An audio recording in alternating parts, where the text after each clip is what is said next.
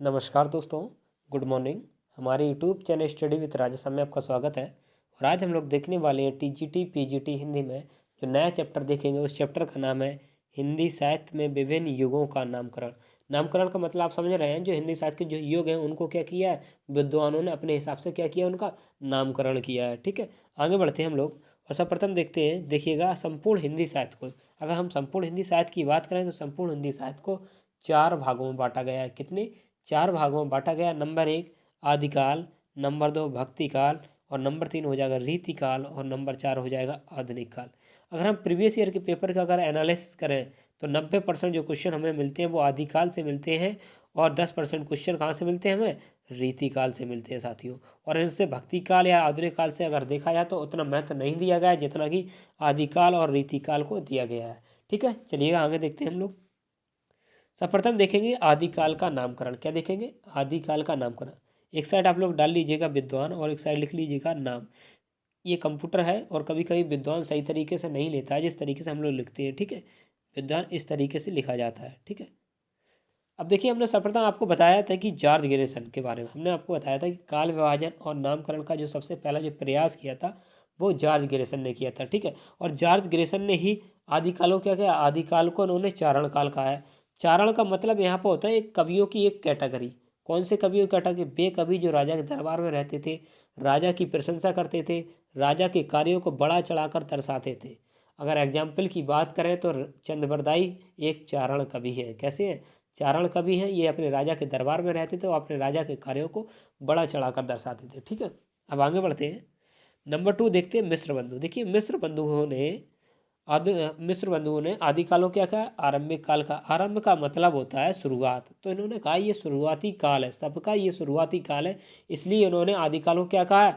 आरंभिक काल कहा है। ठीक है, देखिएगा, अगर हम आचार्य रामचंद्र शुक्ल की बात करें तो उन्होंने आदिकाल को वीरगाथा काल कहा। क्यों कहा? क्योंकि उन्होंने कहा जो शुरुआती जितनी भी रचनाएं लिखी गई हैं सभी में वीर रस प्रधान है। कैसा है? वीर रस प्रधान है, इसलिए जितने भी रासो ग्रंथ हैं उन्होंने कहा, अगर देखा जाए जितने भी रासो ग्रंथ हैं सिर्फ बीसल देव रासो को छोड़कर सारे ग्रंथों में वीर रस प्रधान है। इस वजह से इन्होंने क्या कहा? वीरगाथा काल कहा है। आगे बढ़ते हैं और नेक्स्ट देखते हैं हम लोग महावीर प्रसाद द्विवेदी। ठीक है, यहाँ पर भी कंप्यूटर की गलती है और द्विवेदी सही से लिया नहीं है। ठीक, इस तरीके से लिखता है। ठीक है, महावीर प्रसाद द्विवेदी ने आदिकाल को बीज बपन काल कहा है। क्यों कहा है? क्योंकि उन्होंने कहा बीज का मतलब होता है बीज और बपन का मतलब होता है जमना, तो उन्होंने कहा जो शुरुआती जो रचनाओं का जो बीज था वो बीज बपन का आदिकाल में ही जमा था। तो इस वजह से उन्होंने क्या कहा? आदिकाल को बीज बपन काल की संज्ञा दी है। किसने दी है? आचार्य महावीर प्रसाद द्विवेदी ने दी है। आगे बढ़ते हैं और नेक्स्ट देखते हैं हजारी प्रसाद द्विवेदी। हजारी प्रसाद द्विवेदी ने आदिकाल को क्या कहा है? देखिए, जो सर्वमान्य माना गया आदिकाल कहा है इन्होंने। ठीक है, इन्हीं के जो इन्होंने आदिकाल कहा है इन्हीं को सभी लोगों ने कैसा माना? सर्वमान्य माना है, और हिंदी साहित्य में एक प्रकार से नामकरण क्या कर दिया इन्हीं का? आदिकाल कर दिया है। ठीक है, अगर देखा जाए इन्होंने कहा जितना भी कुछ आगे हुआ है वो सारा कुछ का, जितना भी कुछ हुआ आगे हुआ उसका सारा स्रोत क्या है? आदिकाल ही है। इस वजह से इन्होंने कहा है आदिकाल की ही संज्ञा दी थी, और सभी लोगों ने इन्हीं के ही आदिकाल को क्या माना है? सर्वमान्य माना है बाद में। ठीक है, आगे बढ़ते हैं, बात करते हैं डॉक्टर राम कुमार वर्मा। डॉक्टर राम कुमार वर्मा ने आदिकाल को क्या कहा? संधिकाल व चारण काल कहा। क्यों कहा? क्योंकि उन्होंने कहा भाषा की दृष्टि से देखा जाए तो आरंभ में अपभ्रंश प्लस हिंदी दोनों साथ साथ चल रही थी। इस वजह से उन्होंने संधि काल और चारण काल की क्या दी है? संज्ञा दी है साथियों। ठीक है, आगे बढ़ते हैं और नेक्स्ट देखते हैं राहुल सकृत्यायन। अगर राहुल सकृत्यायन की बात करें तो उन्होंने आदिकाल को सिद्ध सामंत काल कहा है। सिद्ध का मतलब होता है बौद्ध, बौद्ध का मतलब होता है धार्मिक साहित्य, और सामंत का मतलब जो होता है वो होता है राजा महाराजा। तो उन्होंने दोनों को समझने का जो समेटने का जो कार्य किया है ना, वो उन्होंने सिद्ध सामंत काल कहा है। ठीक है, क्या कहा? जो बौद्ध धार्मिक साहित्य थे, इसके अलावा राजा महाराजाओं के अगर देखा जाए उनके काल में रचनाएं लिखी गई हैं, तो उन्होंने कहा दोनों को समेटने का जो कार्य किया गया है तो उसी को उन्होंने नाम दे दिया है सिद्ध सामंत काल। ठीक है, अब आगे बढ़ते हैं और हम लोग अब बात करेंगे। नेक्स्ट है हमारा गणपति चंद्र प्रारंभिक काल। ठीक है, गणपति चंद्र गुप्त ने क्या कहा है? गणपति चंद्र गुप्त ने प्रारंभिक काल कहा है। क्यों कहा है? क्योंकि इन्होंने कहा है कि हिंदी हमारे आज की नहीं है, हिंदी बहुत पहले से चली आ रही है। इस वजह से गणपति चंद्र गुप्त ने क्या किया? प्रारंभिक काल का। हमने आपको बताया था आरंभ का मतलब होता है पहली बार हुआ, किसी कार्य को प्रारंभ करना पहली बार। और प्रारंभिक का मतलब होता है जो कार्य हो चुका है उसको फिर दोबारा से प्रारंभ करना, उसी को क्या कहते हैं, प्रारंभिक कहते हैं। तो इस वजह से गणपति चंद्र गुप्त ने आदिकाल को क्या क्या प्रारंभिक काल कहा है। क्यों कहा है, क्योंकि इन्होंने कहा हिंदी हमारे यहाँ आज की नहीं है, हिंदी बहुत पहले से चली आ रही, इस वजह से इन्होंने नाम दे दिया इसका प्रारंभिक काल। ठीक है, आगे बढ़ते हैं और हम लोग बात करते हैं विश्वनाथ प्रसाद मिश्र की। विश्वनाथ प्रसाद मिश्र ने आदिकाल को वीर काल कहा है। क्या कहा है, वीर का सीधा सीधा वीर गाथा काल का क्या कह दिया, इन्होंने दोहराव कर दिया है। जो आचार्य रामचंद्र शुक्ल ने कहा था वीर गाथा काल, उन्होंने क्या नाम दे दिया, इन्होंने वीर काल दे दिया। ठीक है, आगे बढ़ते हैं और नेक्स्ट देखते हैं धीरेन्द्र वर्मा।